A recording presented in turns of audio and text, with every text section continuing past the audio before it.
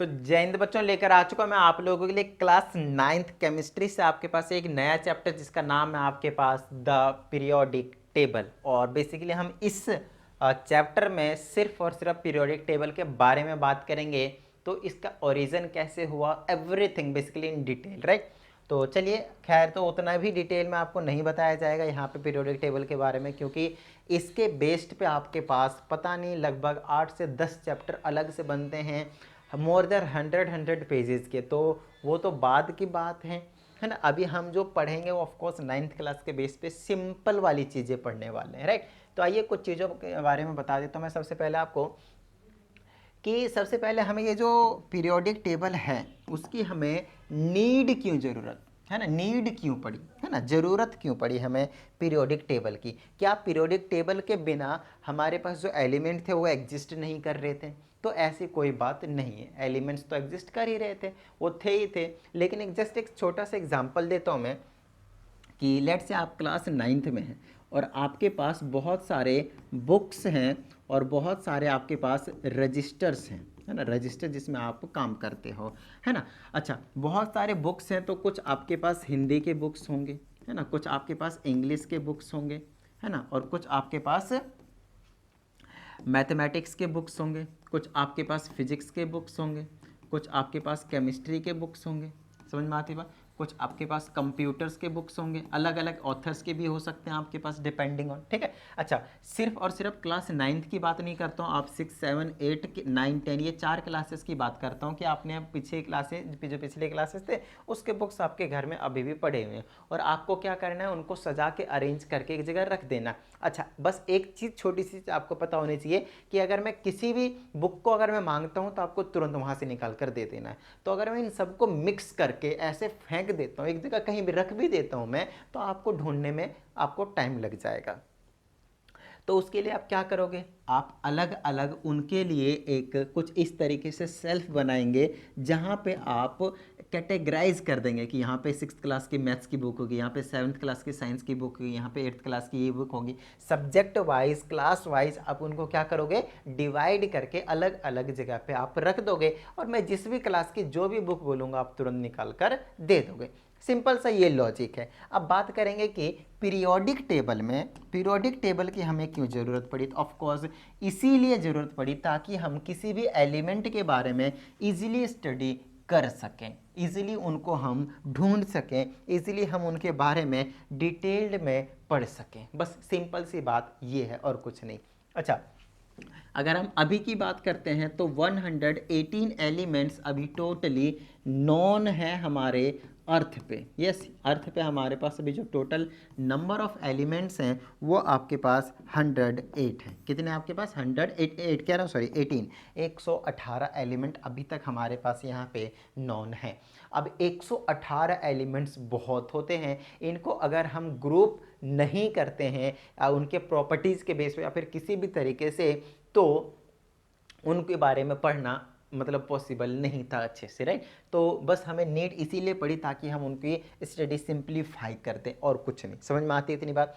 तो इनको थोड़ा सा सिंप्लीफाई करने के लिए, एलिमेंट्स को अरेंज करने के लिए हमारे पास अलग अलग केमिस्ट आए और अपने अकॉर्डिंग उनको अरेंज करने की कोशिश किया है, ठीक है। चलिए, तो सबसे पहले हम आज इस वीडियो में जो पढ़ने वाले हैं वो सिर्फ और सिर्फ एक केमिस्ट के बारे में पढ़ने वाले हैं, डोबेराइनर ट्राइड्स। ये डोबेराइनर ट्राइड्स क्या है, सबसे पहले बता दो। ये जो डोबेराइनर है हमारे पास, ये डोबेराइनर अंकल हमारे पास एक केमिस्ट हैं, ठीक है, ये केमिस्ट है हमारे पास, है ना, जिन्होंने ट्राइड बनाया था। अब ये क्या है ट्राइड, क्या बला है, ये अभी आपको समझ में आ जाएगा, कुछ टेंशन लेने की कोई ज़रूरत नहीं है। तो हम बात करेंगे इन 1817 की। यस, इन 1817 की हम बात कर रहे हैं, 1817 की बात कर रहे हैं, तब की बात है।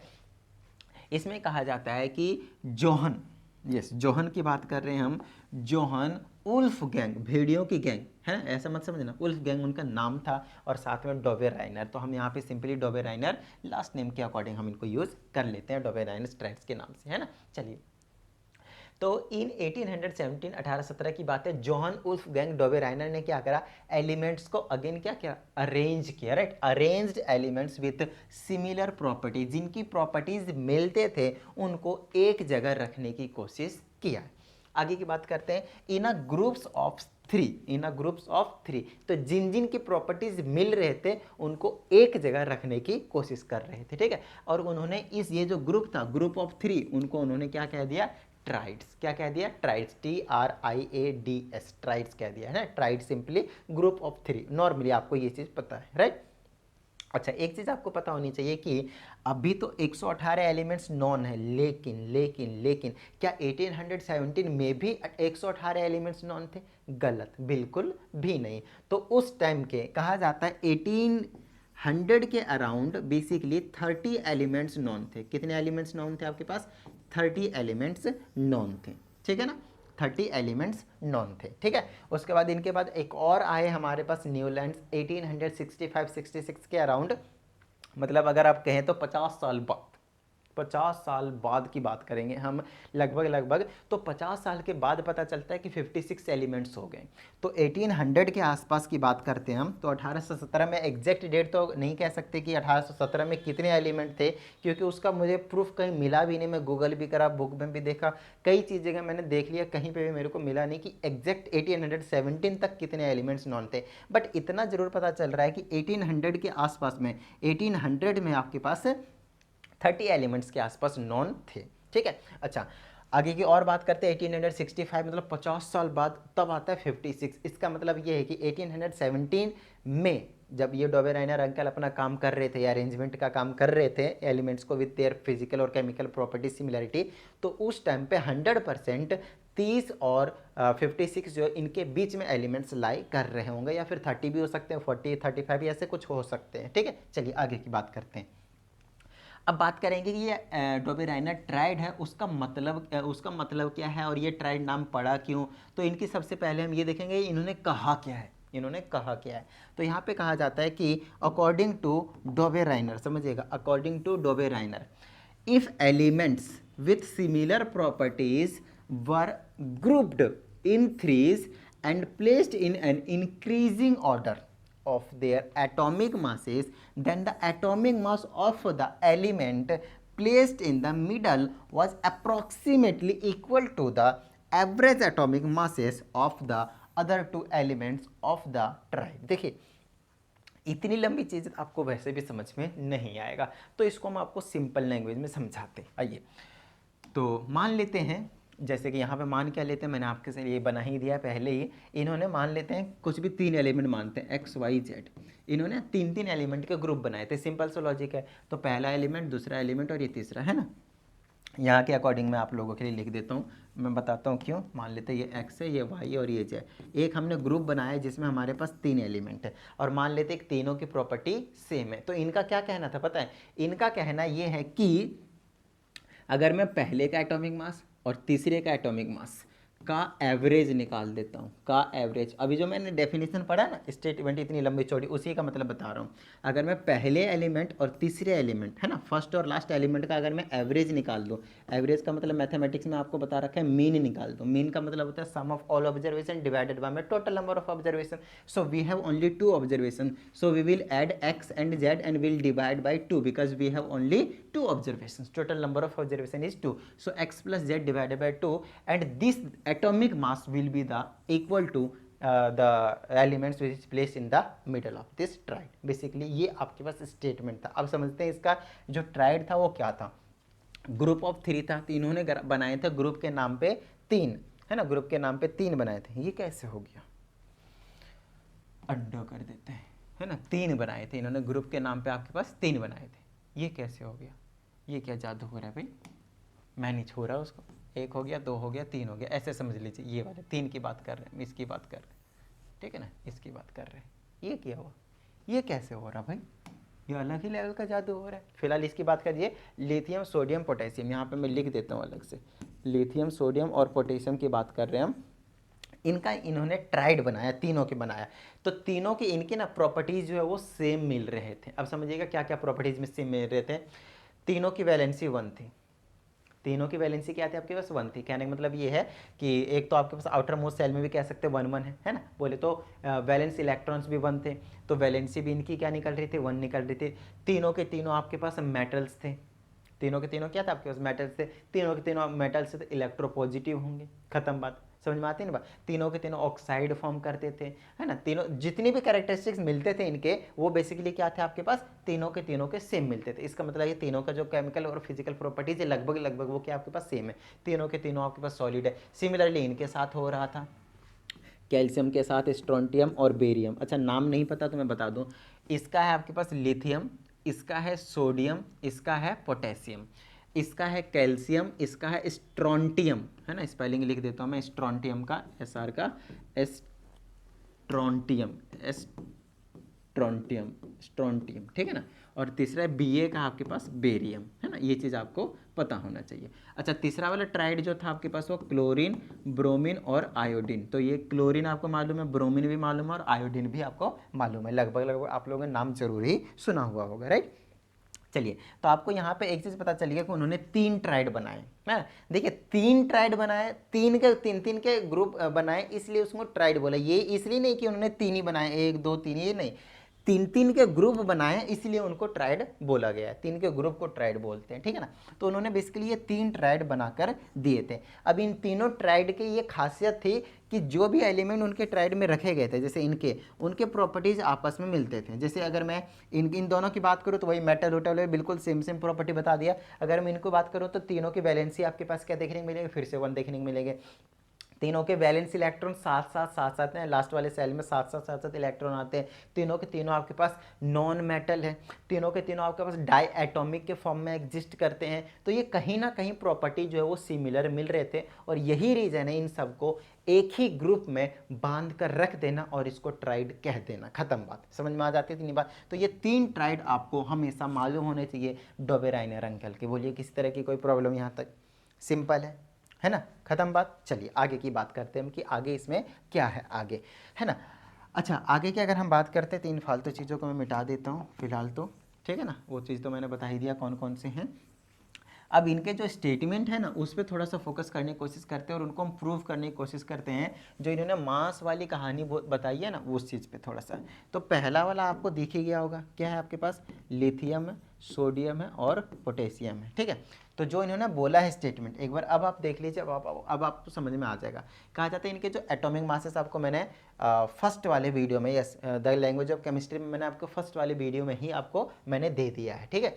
कहा जाता है अगर मैं मास लेता हूँ, देखिए कहते हैं the elements with similar properties were grouped in threes, है ना, 3 के ग्रुप में अगर हमने उन एलिमेंट्स को रख दिया जिनकी प्रॉपर्टी सेम है, and placed in an increasing order of their atomic masses. अच्छा खास बात ये है कि पहले वाला का एटॉमिक मास कम होना चाहिए, उससे बड़े, उससे दूसरे वाले को उससे ज़्यादा और तीसरे वाले को उससे भी ज़्यादा, मतलब इंक्रीजिंग ऑर्डर में उनके मास होने चाहिए। of the element placed, अभी आगे बताया जाता है increasing order atomic masses, then atomic mass of the element placed in the middle was approximately equal to the average atomic masses of the other 2 elements of the triad. देखिए मैंने पढ़ तो दिया बहुत बहुत जल्दी, लेकिन कहने का मतलब क्या, वो देखिए कहा जाता है जो भी एलिमेंट बीच में रखा जाएगा उसका जो मास होगा मिडल वाला उस किसके इक्वल होगा, बाकी जो 2 एलिमेंट होंगे ग्रुप के ट्राइड के बेसिकली उसी के एवरेज के इक्वल होगा। एवरेज मतलब मीन, खत्म बात। तो अब हम इसको निकाल कर चेकआउट करेंगे। देखिए लिथियम का जो मास होता है वो 7 होता है, सोडियम का जो मास होता है वो 23 होता है, और पोटेशियम का जो होता है वो 39 होता है। ये चीज़ हमने आपको पहले वाले में 1 to 20 तक आपको मैंने लिखवा दिया है, ठीक है। 1 to 20 तक तो एटॉमिक मास आपको मालूम होने चाहिए। तो अगर मैं इसका और इसका बोले तो लिथियम का और पोटेशियम का अगर मैं एवरेज निकालता हूँ, है ना, तो क्या आ जाएगा मेरे पास, देख लीजिए 7 प्लस का 39 और डिवाइडेड बाय में 2, क्योंकि 2 थे दोनों को ऐड करके 2 से डिवाइड कर दूंगा, ये आ जाएगा 46 डिवाइडेड में 2, और इसको कैंसिल करूँगा तो कितना आ जाएगा 23, और ये आपके पास 23 बीच वाले का है। इसका मतलब हाँ इन्होंने चेक करके बताया है, ऐसे तो नहीं बताया है। क्या इतनी बात समझ में आ गई, डन है। चलिए आगे की बात कर लेते हैं। दूसरा क्या था, ये गायब हो जाता है यार, कैल्शियम, स्ट्रोंटियम और बेरियम था, है ना, ये आपके पास लिथियम था, सोडियम था, ये कुछ भी हो रहा है अपने आप हो रहा है ना, कैल्शियम है, स्ट्रोंटियम है, और फिर आपके पास क्या आ जाएगा, बेरियम है, फिर आ जाएगा आपके पास लिथियम है, सोडियम है, और फिर क्या आपके पास पोटेशियम है। कुछ भी हो रहा है इसके साथ तो, चलिए देना पागल नहीं तो, ओके। तो और ये आपके पास आयोडीन है, कुछ भी हो रहा है भाई। चलो अब बात करेंगे, एक का तो बता दिया, अब दूसरे का भी बता देते हैं। चलो दिखा देते हैं कि हाँ भाई ये सही है। ए भाई तो दूर हट और दूसरा कलर आ जाए, वाइट वाला आ जाए। तो हमारे पास कैल्शियम, अरे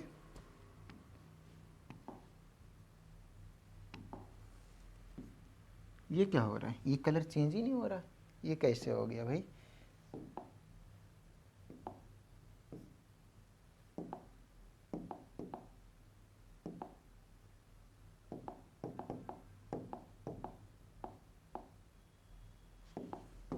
हाँ अब हुआ है, हो यहाँ पे मैंने वो कर दिया। अच्छा बेटा, अच्छा अच्छा अच्छा अच्छा ठीक है। अब मैं यहाँ पे ले कर आता हूँ, इसको एक बार और मिटा दिया जाए। तो आपके पास कैल्शियम था, स्ट्रोंटियम था और आपके पास बेरियम था। कैल्शियम का जो मास होता है आपके पास 40 होता है। कि आपको मैंने जो लिखवाया है वो ऑफकोर्स 20 तक ही लिखवाया है, तो कैल्शियम तक ही लिखवाया था। आपको कैल्शियम तक का तो एटलीस्ट मालूम होना चाहिए, बाकी का हो या फिर ना हो, है ना। चलिए बाकी की अभी हम बात करेंगे। तो ये क्या स्ट्रोंटियम का होता है 87.6, तो इसका हम 88 ले लेते हैं राउंड ऑफ करके। और बेरियम का होता है आपके पास 137। अब मैं इसका ऐड करके 40 और प्लस का 137 और डिवाइडेड बाय में 2 रखूँगा, तो मेरे पास आ जाएगा ऐड करके कितना आ जाएगा, 0 का 0, 4 3 7 और 170 आ जाएगा। नहीं यार 177 आ जाएगा। तो यहाँ पे मैं रख देता हूँ फटाफट 177, ठीक है ना। 177 ऐड कर दिया और 2 से डिवाइड कर देंगे, तो ये आ जाएगा 2 से करेंगे तो 8 बार में 1 आएगा, 2 8 8 और डिवाइडेड बाय में 0.5, तो 88.5 आएगा। और बीच वाले का कितना 88 है। तो देखिए एक चीज़ ध्यान रखिएगा, अब एग्जैक्ट आए ऐसा ज़रूरी नहीं है, क्योंकि डोबेराइनर अंकल ने यहाँ पे आपको पहले बता दिया कि जो आएगा वो अप्रॉक्सीमेटली होगा, अप्रॉक्सीमेटली इक्वल टू होगा, थोड़ा बहुत आगे पीछे हो जाएगा, तो उसमें आपको डरने की कोई ज़रूरत नहीं है। अच्छा ये तो पहला वाला ट्राइड को प्रूव करवा दिया, दूसरे वाले ट्राइड को प्रूव करा दिया, ये तीसरे वाले ट्राइड को प्रूव करके चेकआउट करते हैं। क्लोरीन, ब्रोमीन एंड आयोडीन का। क्लोरीन का जो मास होता है आपके पास 35.5 होता है एग्जैक्ट, ब्रोमीन का आपके पास 80 होता है और आयोडीन का आपके पास 127 रहता है, 127 127। अब इनको क्या करना है, इसको ऐड करना है, तो मैं ले लेता हूँ यहाँ पे 35.5 और प्लस में 127 और डिवाइडेड बाय में 2 कर देंगे, तो कितना आना चाहिए, लगभग 80 के आसपास आना चाहिए। तो 5 7 12 1 3 2 5 1 6 और 1 का 1 और ये आ जाएगा 0.5 डिवाइडेड बाय में 2। इसको डिवाइड करेंगे तो आ जाएगा 8 और कितना आ जाएगा, बस इसकी आ जाएगा 0 और आ जाएगा पॉइंट हटा के मान लीजिए यहाँ पे 0 है, तो अब 2 से काट देंगे 8 बार में, इसको काट देंगे तो 1 बार में आ जाएगा, है ना। 2 से इसको काट देंगे, मान लीजिए पॉइंट हटा के यहाँ पे 0 लगा दिया, 2 से काटेंगे 8 बार में, 1 बार में, 2 बार में 0.5, इस टाइप से चलता रहेगा। मतलब जनरली आ जाएगा 81 पॉइंट समथिंग आ जाएगा। तो इसको डिवाइड करने के बाद आप ले लीजिए 81 पॉइंट समथिंग, तो मान लेते हैं कि 81 के अप्रॉक्सीमेटली। तो फिर से यहाँ पे देखिए एग्जैक्ट वैल्यू तो नहीं आया, लेकिन हाँ अप्रॉक्सीमेटली के इक्वल तो जरूर ही आ गया है। और यही है आपके पास डोबेनाइनट्राइड, और कुछ नहीं, इसमें खत्म बात। समझ में आती थी नहीं बात? तो आपको एक तो आपको स्टेटमेंट पता होनी चाहिए क्या होता है, अपनी तरफ से बनाकर लिखना है, और साथ में ये ट्राइड आपको जरूर से जरूर याद रखना है, बिना ट्राइड के आपको काम नहीं बनेगा। आइए नेक्स्ट की बात करते हैं हम, ड्रॉबैक। बहुत ज़्यादा ड्रॉबैक को हम लिमिटेशन के नाम से भी जानते हैं, तो घबराना नहीं है। लिमिटेशन मतलब ऐसी क्या कमी रह गई, ठीक है, कि उनको कंसीडर नहीं किया गया। अभी जो कंसीडर किया जाता है वो हेनरी मोजले नाम के जो हमारे थे, उन्होंने अरेंज किया था, उनके पीरियोडिक टेबल को बेसिकली कंसीडर किया जाता है। उससे पहले मेंडेलीव थे और उससे पहले न्यूलैंड्स ऑफ ऑक्टेव्स थे, तो उनके बारे में भी हम बात करेंगे ऑफ कोर्स। बट फिलहाल जो हम आपको कह रहे हैं कि डोबेराइनर के अंकल के जो हमारे पास ये पीरियोडिक टेबल जो दिया था इन्होंने, वो उनको हमने क्यों नहीं कंसिडर किया, क्योंकि देखिएगा, he could not arrange all the elements into triads. अब इनका कहना था भैया हम तो ट्राइड में अरेंज करके दे रहे हैं आपको, ट्राइड बना कर दे रहे हैं, ट्राइड बना कर दे रहे हैं, ट्राइड बना कर दे रहे हैं, लेकिन अंकल आपने दिए कितने ट्राइड बना के? आपने तो सिर्फ 3 ट्राइड बना के दिए ना। कौन कौन से दिए आपने, फिर से रिवाइज कर लीजिएगा। एक तो लिथियम, सोडियम, पोटेशियम का, कैल्शियम, स्ट्रोंटियम, बेरियम का, क्लोरीन, ब्रोमीन, आयोडीन का। आपने तो 3 ही ट्राइड बनाए ना, 1 2 3, लेकिन एलिमेंट्स तो भैया 30 से भी ज़्यादा नॉन थे उस टाइम पे। क्या आपने सबको अरेंज किया? नहीं किया ना, सिर्फ आपने 9 एलिमेंट को अरेंज किए, बाकी कहाँ जाएंगे? क्या बाकी एलिमेंट्स नहीं है ना? तो यही इनकी कमी रह गई थी, यही इनकी कमी रह गई थी। और वही ये कह रहे हैं कि at that time he could not, he only arranged he could only arrange 3 triads, उन्होंने सिर्फ 3 ट्राइड बनाए और बाकी एलिमेंट्स को उन्होंने ट्राइड में नहीं बना पाया। वाई? बिकॉज उनका ये जो आपका लॉजिक था, ये जो इन्होंने स्टेटमेंट दिया है कि पहले और तीसरे का एलिमेंट को ऐड करेंगे दूसरे के मास के इक्वल आएगा, ये फॉर्मूला उसमें काम कर ही नहीं रहा था, ये उसमें फिट बैठ ही नहीं रहता। अच्छा, और अगर बैठ भी रहा था तो उनके प्रॉपर्टी सेम मिल ही नहीं रहा था, और यही रीज़न है कि ये फेल हो गई। और उसके बाद हमारे पास आते हैं Newlands law of octaves. Yes, Newlands law of octaves आते हैं, जिन्होंने फिर इनके बारे में और भी ज़्यादा डिटेल में गहराई से चीज़ों को बताने की कोशिश की, लेकिन उनकी भी बहुत सारी लिमिटेशंस निकल कर आ गए थे। तो उनके बारे में भी हम पढ़ेंगे, कोई टेंशन वाली बात नहीं है। ये जो वीडियो वो सिर्फ और सिर्फ डोबेराइनर के बारे में है। तो आई होप आप लोगों को मज़ा आया होगा, फील आया होगा, अच्छे से समझ में आया होगा। तो आग लगा देने का भाई, और फटाफट वीडियो को लाइक कर देने का। साथ ही अगर आप इस चैनल पर एक नए स्टूडेंट, चैनल को सब्सक्राइब करके बेल आइकन को जरूर प्रेस कीजिएगा, और सपोर्ट करने के लिए चैनल को फटाफट अपने दोस्तों में, ग्रुप में कहीं भी शेयर करने का काम शुरू कर दीजिए। चलिए मिलते हैं अगली वीडियो में, प्रैक्टिस करते रहिएगा। जय हिंद।